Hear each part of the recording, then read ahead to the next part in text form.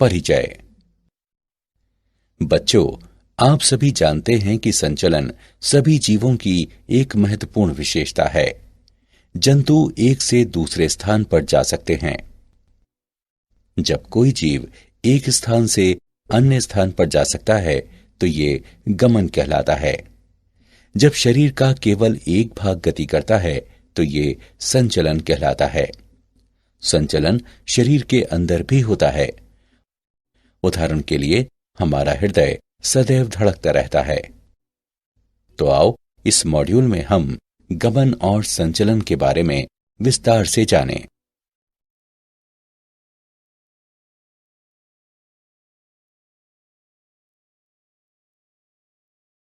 उद्देश्य।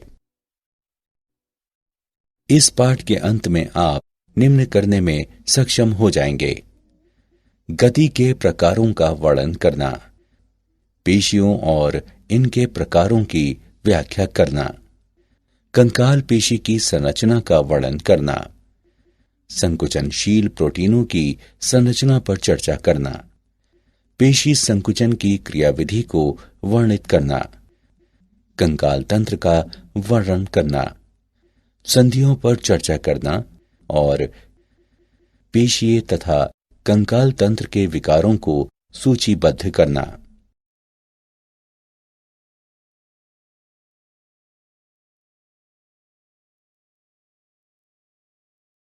गति के प्रकार। वह गति जिसमें अवस्थिति या स्थान परिवर्तन हो जाता है गमन कहलाती है। मानव शरीर की कोशिकाओं में 3 प्रकार की गतियां होती हैं: अमीबीय, पक्षमाभी तथा पेशीय। अमीबीय संचलन। अमीबीय गति होने पर कोशिकाएं अनेक जीव द्रव्यी प्रक्षेपण या कुकुटपाद कोशिका के आगे की ओर प्रेषित करती हैं। पक्षमाभ संचलन। पक्षमाभ गति उन अंगों में होती है जो पक्षमाभ उपभित्ति से आस्तारित होते हैं। उदाहरण के लिए श्वास नली में पक्षमाभों की समन्वित गति से धूल कण युक्त श्लेष्मा को फेफड़ों से दूर हटाने में सहायता मिलती है।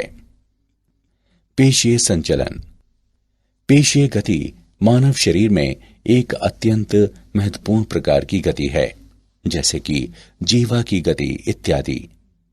पेशियों की संकुचनशीलता हमें गमन और अन्य प्रकार की गतियां करने में समर्थ बनाती है।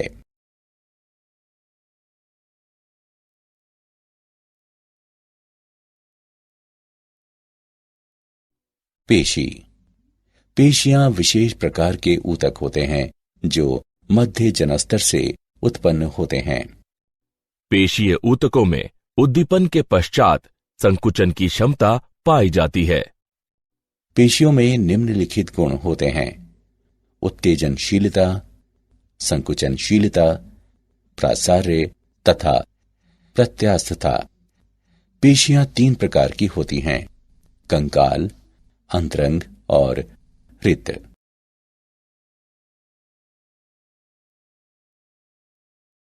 पेशियों के प्रकार।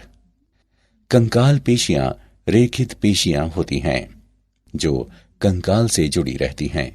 ये हमारे शरीर का 50% भार निर्मित करती हैं और ये चलन क्रिया तथा कंकाल को सपोर्ट करने में मदद करती हैं। ये तंत्रिका तंत्र के ऐच्छिक नियंत्रण में कार्य करती हैं, इसलिए ये ऐच्छिक पेशियां भी कहलाती हैं। अंतरंग पेशियां ऐसी पेशियां होती हैं जो हमारी रुधिर वाहिनियों में तथा शरीर के आंतरिक अंगों में स्थित होती हैं। अंतरंग पेशी कोशिकाओं पर धारियां नहीं होती और इसलिए ये चिकनी पेशियां भी कहलाती हैं। ये तंत्रिका तंत्र के ऐच्छिक नियंत्रण में नहीं होती और इसलिए ये अनैच्छिक पेशियां भी कहलाती हैं। हृदय पेशियां हृदय की पेशियां होती हैं। हृदय पेशी कोशिकाएं प्रायः विशाखित होती हैं। ये अनैच्छिक तथा रेखित होती हैं।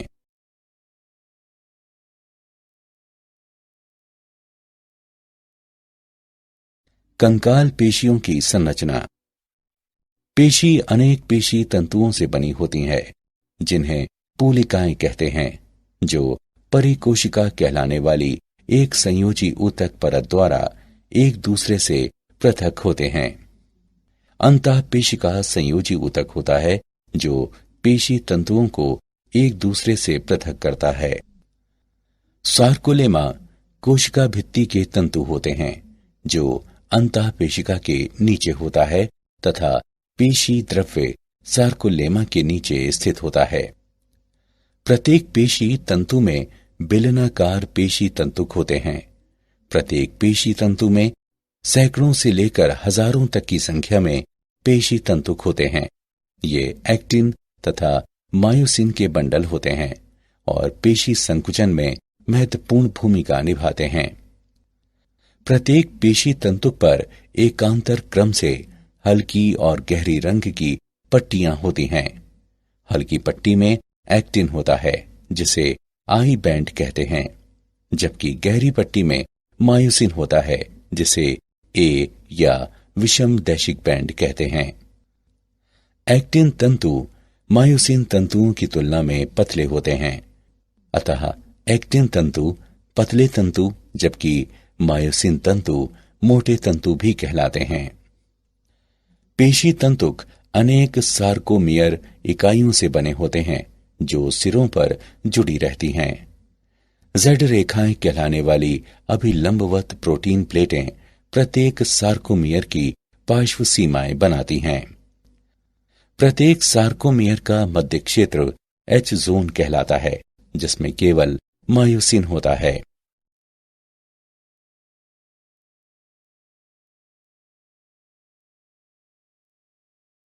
संकुचनशील प्रोटीन की संरचना।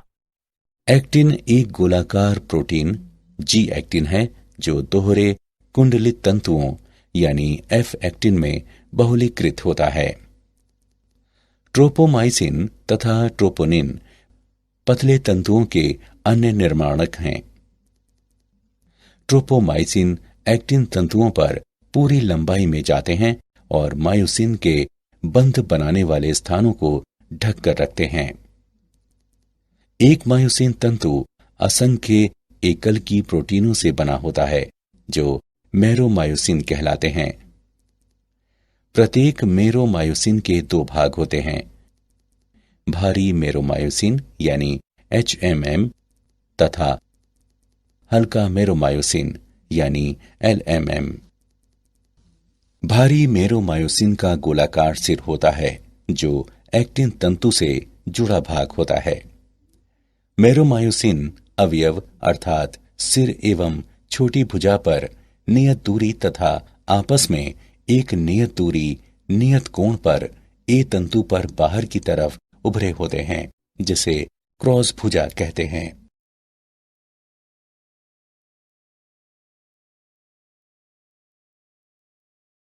पेशी संकुचन की क्रियाविधि।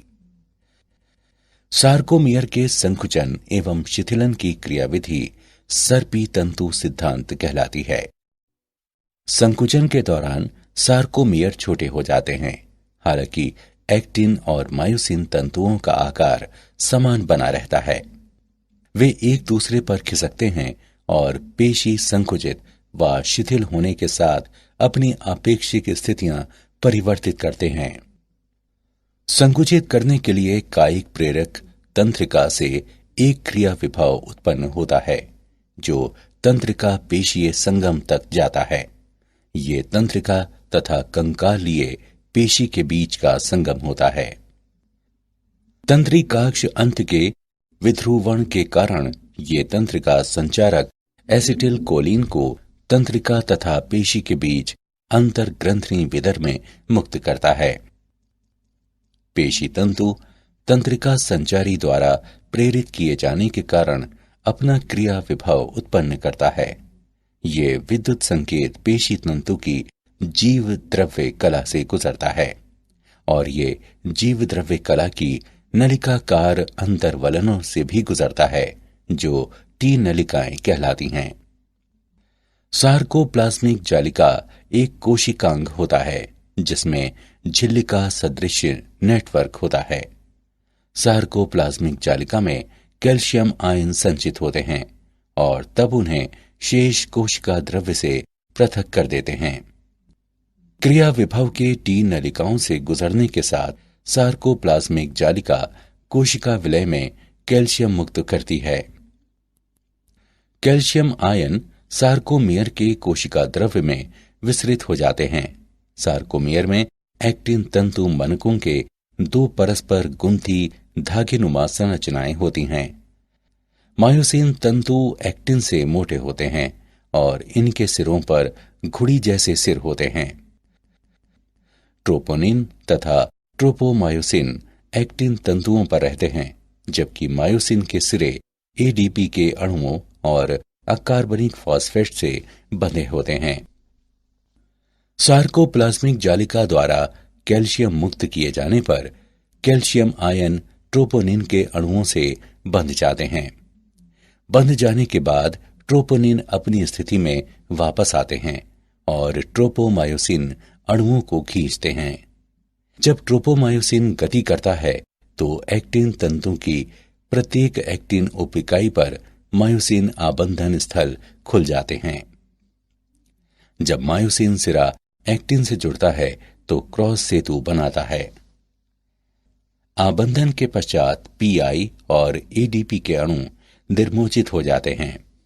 मुक्त अणु मायोसिन के सिरों को धुराग्र के लिए सक्रिय करते हैं। एक दूसरे पर सरकने के लिए एक्टिन और मायोसिन तंतुओं पर दबाव डालते हैं। यह संचलन पेशी संकुचन के पावर स्ट्रोक को निरूपित करता है। अतिरिक्त पावर स्ट्रोक के लिए मायोसिन पहले एटीपी से जुड़ती है। जब एटीपी मायोसिन के शीर्ष से जुड़ती है तो शीर्ष एक्टिन तंतु को मुक्त कर देते हैं। एटीपी तुरंत एडीपी और पीआई में जल अपघटित हो जाती है। जल अपघटन द्वारा मुक्त ऊर्जा अगले चक्र के लिए मायोसिन शीर्ष को तैयार करती है। जैसे ही क्रिया विभव घटता है, कैल्शियम का स्तर नीचे गिर जाता है और ट्रोपोमायोसिन पुनः मायोसिन बंधन स्थलों को छिपा देता है। एक्टिन और मायोसिन तंतु पीछे सरक कर पुनः अपनी मूल स्थिति में आ जाते हैं। पेशी तंतु के सार्कोमियर मोटर न्यूरॉन से मिलने वाले प्रत्येक संकेत के साथ संकुचित और शिथिल होते हैं।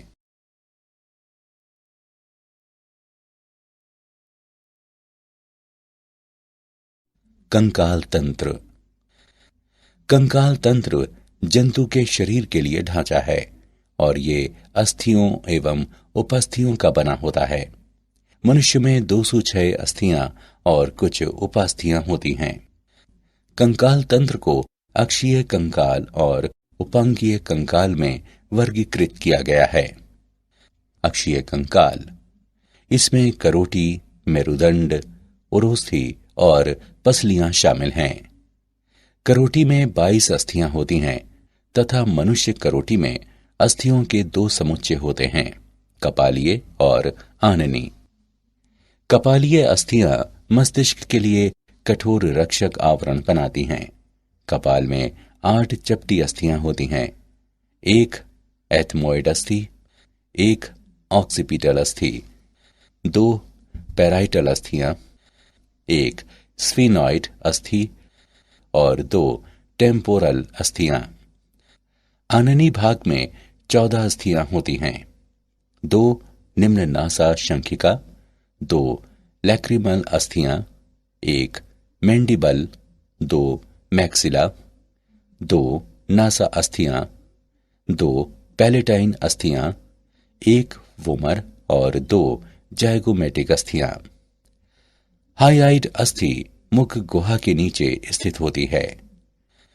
निचले जबड़े की अस्थि जो मैंडिबल कहलाती है, करोटी की एकमात्र चलायमान अस्थि है और केवल यही अस्थि करोटी की अन्य अस्थियों से सीधे जुड़ी नहीं होती है। कर्ण में 3 छोटी अस्थियां होती हैं, मैलियस, इनकस एवं स्टेपीज, जो सामूहिक रूप से कर्ण अस्थिकाएं कहलाती हैं। कशेरुक दंड या रीढ़ शरीर के पीछे स्थित होती है और छाती या वक्ष की अस्थियों को जोड़ती है। यह कंकाल का मध्य भाग बनाती है। ये मेरुरज्जु की सुरक्षा करती है और करोटी को सहारा प्रदान करती है। कशेरुक दंड को 5 क्षेत्रों, 7 ग्रीवा, 12 वक्षीय, 5 कटी, संयोजित त्रिक और संयोजित अनुत्रिक में विभाजित किया गया है। पहली कशेरुक एटलस है। पसलियां चपटी, संकरी अस्थियां और पसलियों की 12 जोड़ियां होती हैं। पहली 7 जोड़ी पसलियां, इनको वास्तविक पसलियां कहते हैं क्योंकि ये सीधे उरोस्थी से जुड़ी होती हैं। पसलियों का मुख्य कार्य फेफड़ों व हृदय की सुरक्षा करना है। पसलियों की 8वीं, 9वीं और 10वीं जोड़ियां कचाव उपास्थि की सहायता से 7वीं पसली से जुड़ी होती हैं। ये कूट पसलियां कहलाती हैं। पसलियों की 11वीं और 12वीं जोड़ी अधर में जुड़ी नहीं होती है, इसलिए वे पलावी पसलियां कहलाती हैं।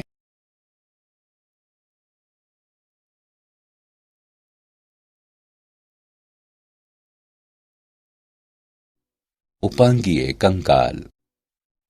उपांगीय कंकाल मेखला और पादों के कंकाल का बना होता है। उच्च पाद अंश यानी स्कंध मेखला से जुड़े होते हैं और निम्न पाद श्रोणी यानी कूल्हा मेखला से जुड़े होते हैं। अंश मेखला में 2 अस्थियां होती हैं, जत्रुक क्लेविकल भी कहलाती हैं और एक चपटी त्रिभुजाकार अस्थि स्कैपुला कहलाती है। अग्रपाद की अस्थियां हैं ह्यूमेरस, रेडियस और अल्ना। काप्रल्स यानी 8 अस्थियां, मेटाकाप्रल्स यानी 5 अस्थियां और फेलेंजेज यानी 14 अस्थियां।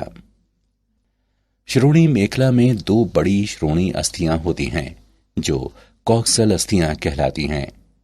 प्रत्येक श्रोणी अस्थि 3 अस्थियों के संलयन से बनी होती है, इलियम, इस्चियम और प्यूबिस।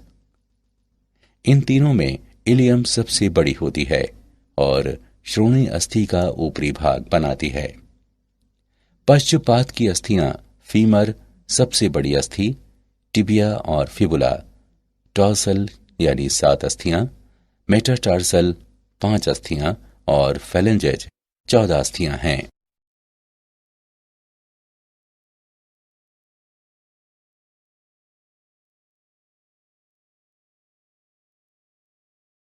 संधियां। एक संधि वहां बनती है जहां 2 या अधिक अस्थियां पास पास होती हैं और उपास्थि द्वारा जुड़ी होती हैं। ये संधियां उच्चारण स्थान भी कहलाती हैं। संधियों का वर्गीकरण। ऋषीय संधि, उपास्थि युक्त संधि और साइनोवियल संधि। ऋषीय संधि, ये संधियां अस्थियों को जोड़ती हैं और किसी प्रकार की गति नहीं होने देती। रेशीय संधि दांतों को गर्तिकाओं में स्थित रखती हैं और ये करोटी में भी पाई जाती हैं। उपास्थि युक्त संधि, उपास्थि अस्थियों के बीच रिक्त स्थान को भरता है, इसलिए केवल सीमित गति होने देती हैं। ये संधियां पसलियों में पाई जाती हैं। साइनोवियल संधि, इस संधि में निकटवर्ती अस्थियां एक गुहा द्वारा पृथक होती हैं। अस्थियों के संधि युक्त सिरे उपास्थि की गद्देदार परत से आच्छादित होते हैं और ये संधियां स्नायुओं द्वारा स्थिर होती हैं। साइनोवियल संधियां गति के लिए बनी होती हैं। उदाहरण के लिए कब्जा जैसी साइनोवियल संधि जैसे कि घुटना और कोहनी, श्रोणी पर कंदुक खलिका संधि कई तरह की गति करने में सक्षम होती हैं।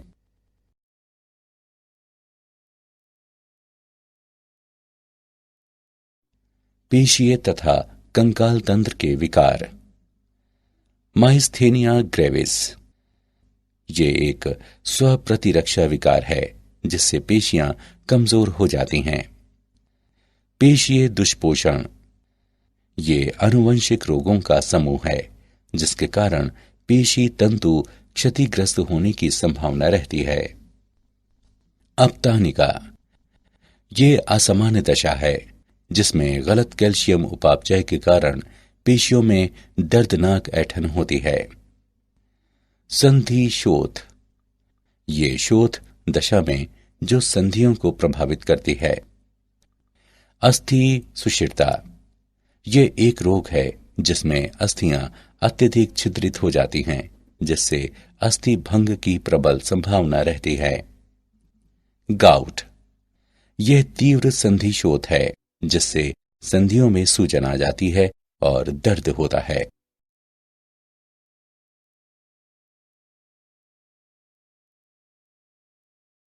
क्या आप जानते हैं ऑस्टियोकैल्सियन प्रोटीन हमारी अस्थियों की मजबूती में एक महत्वपूर्ण भूमिका निभाती है। लाल रुधिर कोशिकाओं का निर्माण अस्थियों के भीतर अस्थि मज्जा में होता है। अस्थियों में 50% जल और 50% ठोस पदार्थ होता है।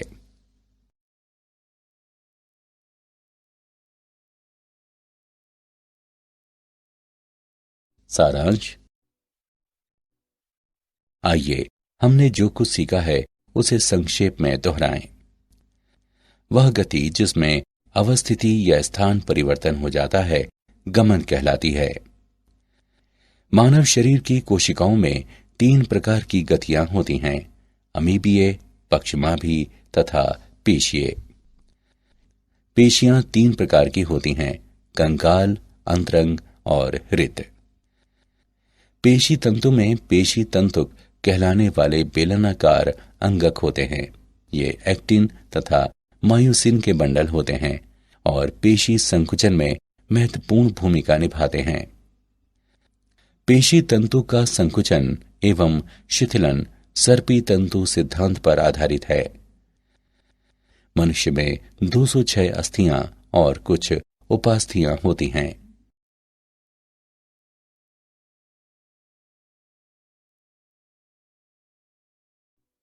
कंकाल तंत्र को अक्षीय कंकाल और उपांगीय कंकाल में वर्गीकृत किया गया है।